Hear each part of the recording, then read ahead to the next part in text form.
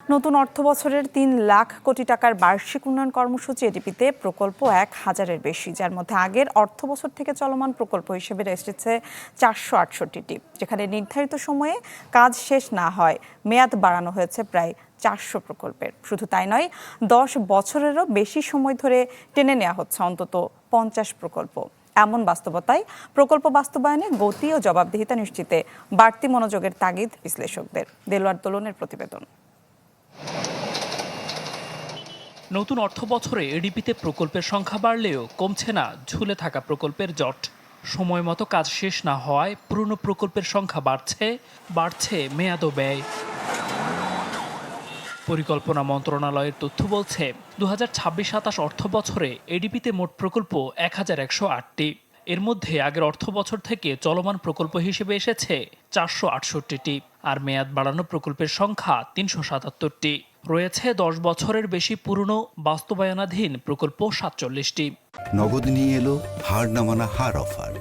সর্বনিম্ন ১০,০০০ টাকা রেমিটেন্স নগদে পাঠালে থাকছে স্বর্ণের হার জেতার সুযোগ। চলতি অর্থ বছরে এডিপির আকার ৩ লাখ কোটি টাকা, যা মোট দেশজ উৎপাদন জিডিপির ৪.৪%, যা আগের অর্থ বছরের মূল এডিপির তুলনায় ৭০,০০০ কোটি টাকা বেশি। এমন পরিস্থিতিতে অর্থনীতিতে সহায়ক প্রকল্পে বিনিয়োগ বাড়ানোর পরামর্শ বিশেষজ্ঞদের। বছরের লাস্ট ৩ মাসে এডিবি বাস্তবায়নের ক্ষেত্রে একটা হিড়িক পড়ে যায়। এর ফলে যেটা হয় কি, কোয়ালিটি অফ পাবলিক স্পেন্ডিং সেটা কিন্তু খুব খারাপ হয়। যেখানে এই বছর ১ লক্ষ কোটি টাকা আমরা খরচ করতে পারি নাই, সেখানে আগামীবার ৩ লক্ষ কোটি টাকা কেন খরচ করব?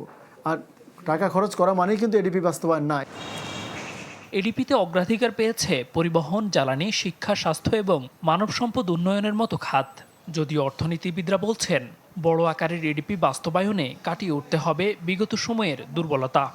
তুমি একদিকে নিউ পে স্কেল দিতে চাইছ, আর এদিকে এত সাইজ অফ দ্য গভর্নমেন্ট অনেক বড়, সেটা কমাইতে হবে। থোক বরাদ্দের অধীনে প্রকল্প ব্যবস্থাপনায় সেই ক্ষেত্রে প্রধানমন্ত্রীর অফিসের একটা নজরদারি প্রতিষ্ঠা করা হবে, সেইটা মন্দের ভালো আমি মনে করি। আমাদের এডিপি বাস্তবায়ন নামে একটা ভুল তথ্য বা ভুল পরিসংখ্যান দেওয়া হয়।